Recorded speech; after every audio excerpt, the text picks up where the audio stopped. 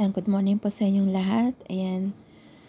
So, late na nagising tayo. So, ngayon ay kumakain po tayo ng chuotang kung tawagin po dito sa Korea. Pero, yung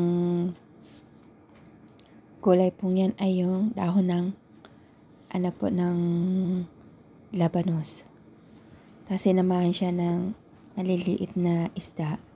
Masarap po siya, guys. Tapos, yung pritong tofu. Yan po yung aking umagahan ngayong araw. So, konti lang tayong kumain.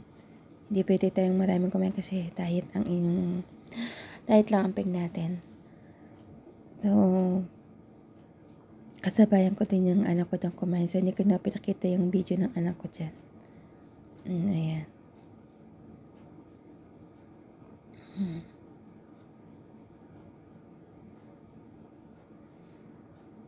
So, ang gamit ko pong dyan yung name kaldero, maliit lang ho yan. Kung tawag sa atin, ano ba ito? Tapayok ba yun? Palayok. Ayun, palayok na malinggit. So, masarap po dyan agluto ng pagkain sa palayok. Yung palayok ko po maliit lang yan.